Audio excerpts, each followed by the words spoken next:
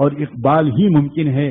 بقول اکبر الہ آبادی مرحوم نظر آتا ہے مجھ کو بدر سے غار ہرا پہلے.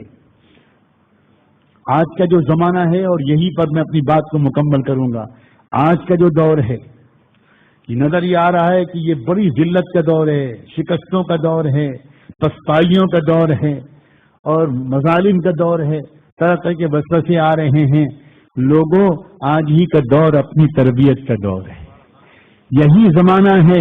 اس زمانے میں جو شخص تقوی پر جم جائے گا، اس زمانے میں جو گناہوں سے بچ جائے گا، اس زمانے میں جو ایمان و اسلام پر جمع رہے گا اور جو اس زمانے کے اندر اس کے تقاضوں کو پورا کرے گا اور قربانیوں پر قربانیاں پیش کرتا چلا جائے گا، انشاءاللہ ایسے ہی لوگوں کے ذریعے ایک نیا مدنی عہد شروع ہو کر رہے گا.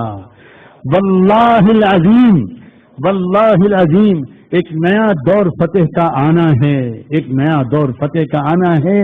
لیکن اس میں حصہ ان لوگوں کا ہوگا جو آج کے دور میں جم کر دکھائیں. یہ مایوسی کا دور نہیں ہے. اللہ بڑے بول سے بچائے.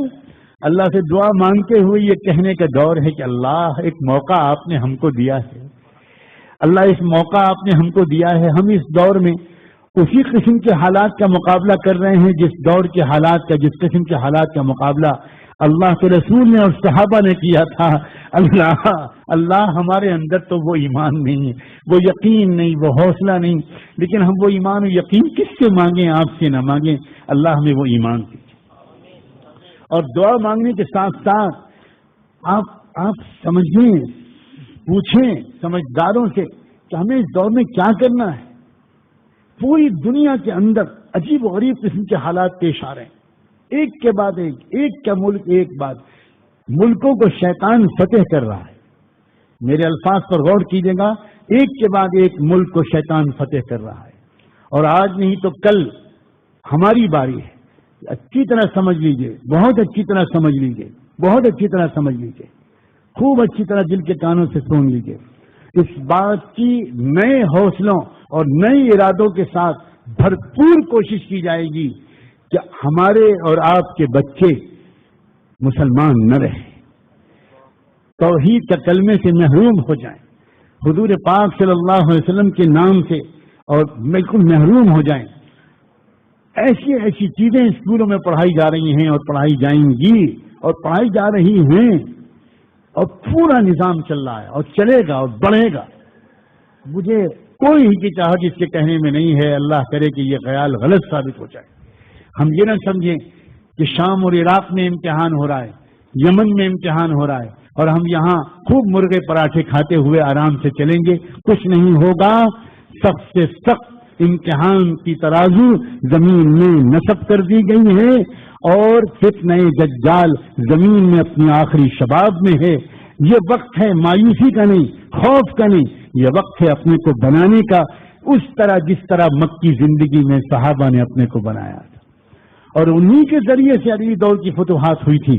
آج کے دور میں ہم میں سے ہر ایک کو طے کرنا چاہیے کہ ہمارا ایمان پختہ ہو، ہمارا یقین مضبوط ہو، ہماری عبادات بہتر ہوں، ہماری نمازیں اچھی ہوں، ہمارا اللہ سے تعلق اچھا ہو، ہمارے اخلاق اچھے ہوں، ہمارے معاملات اچھے ہوں، ہماری معاشرت اچھی ہو، ہم کو ضروری علم دین ملے، بے حیائی کا بالکل ماحول نہ ہو، ہمارے گھروں میں تصویریں نہ دیکھی جائیں، فلمیں نہ دیکھی جائیں، میوزک نہ سنی جائے. اللہ اکبر.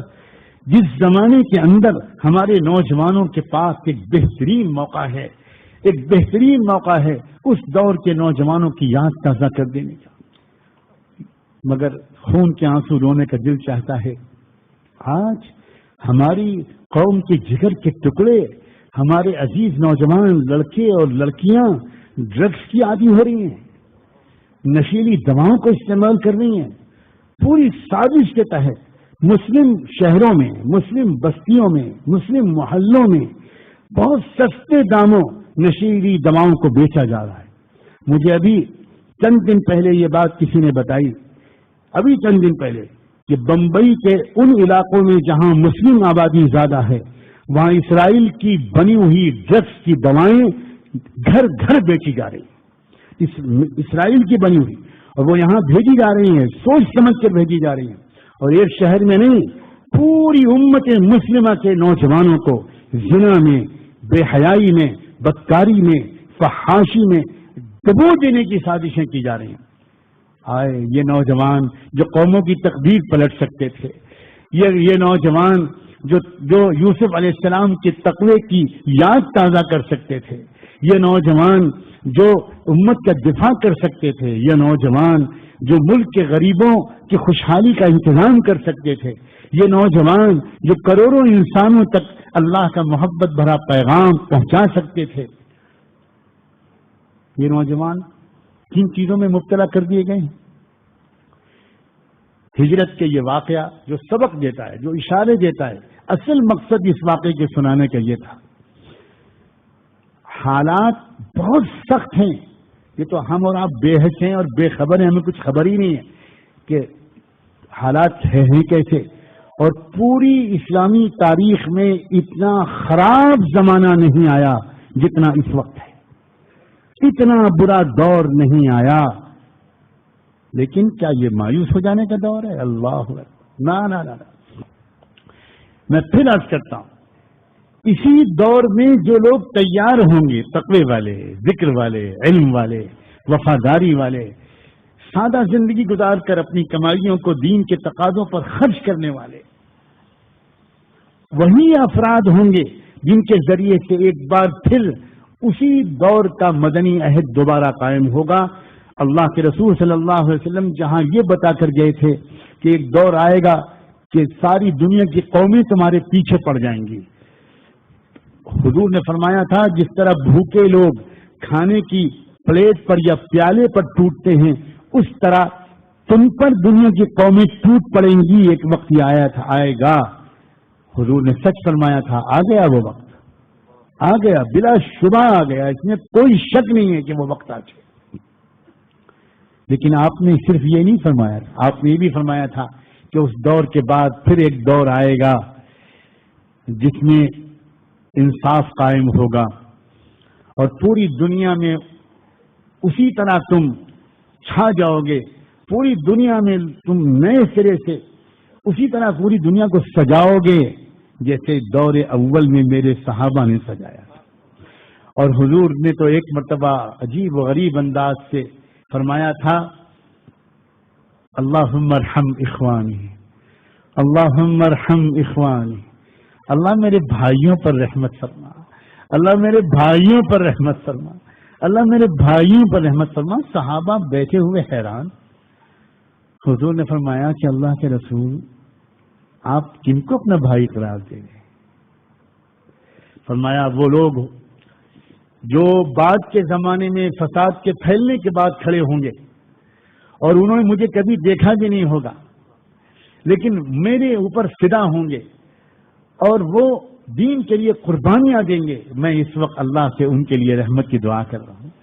صحابہ نے کہا کہ ہم آپ کے بھائی نہیں ہیں؟ حضور نے فرمایا تم میرے ساتھی ہو، تم میرے اصحاب ہو، تم مجھے جسمانی طور پر دیکھ رہے ہو اور وہ مجھے جسمانی طور پر نہیں دیکھیں گے، وہ میرے اصحاب تو نہیں ہوں گے لیکن میں ان کو اپنا بھائی سمجھ رہا ہوں۔ اللہ اکبر، کون حضور کا بھائی بننے کے لیے تیار؟ کون ہے؟ کون ہے؟ سوچ سمجھ کر ہاتھ اٹھانا، سوچ سمجھ کر ہاتھ اٹھانا۔ اللہ دیکھ رہا ہے کہ کس نے ہاتھ اٹھایا ہے۔ اگر اس ہاتھ کے اٹھنے کے بعد گناہ ہوئے تو کیا حضور کا بھائی گناہ کرے گا؟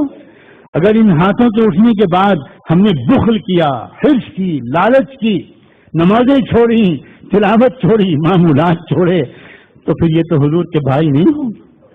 اللہ ہم سب کو اللہ اس جذبے کو قبول فرما۔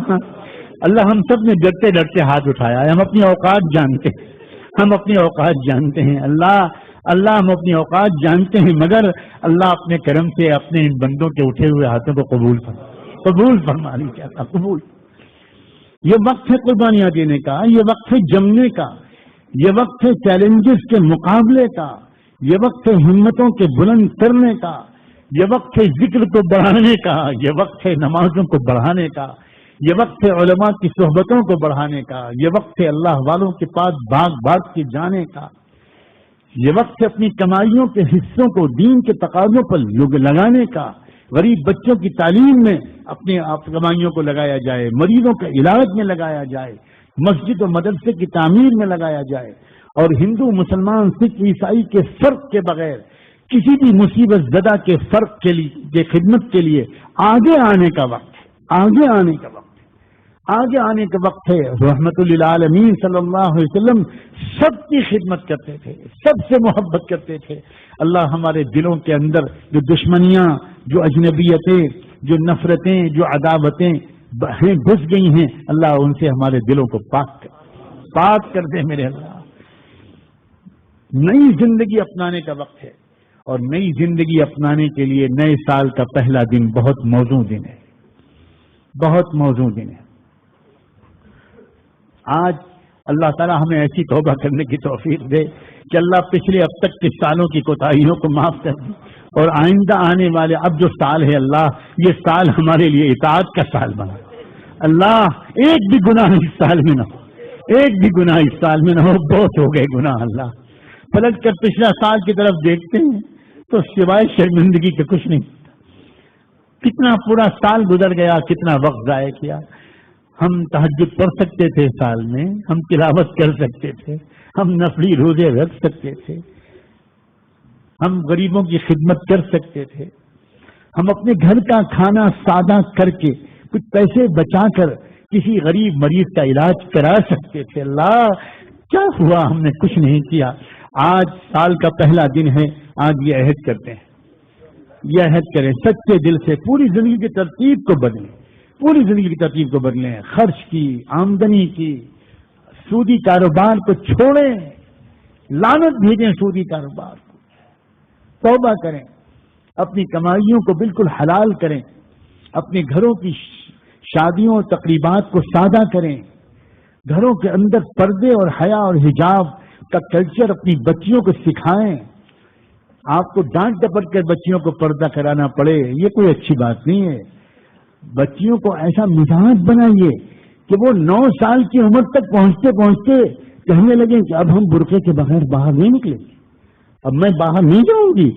کیا ابو امی آپ سمجھتے ہیں میں کس کی امتی ہوں؟ میں محمد رسول اللہ کی امت. اللہ بچیوں کی زبان سے یہ باتیں کہلوا دے, اللہ بچیوں کی زبان سے یہ باتیں کہلوائے کہ آپ نے میرا نام فاطمہ رکھا ہے, میں کیا منہ دکھاؤں گی بی بی فاطمہ کو.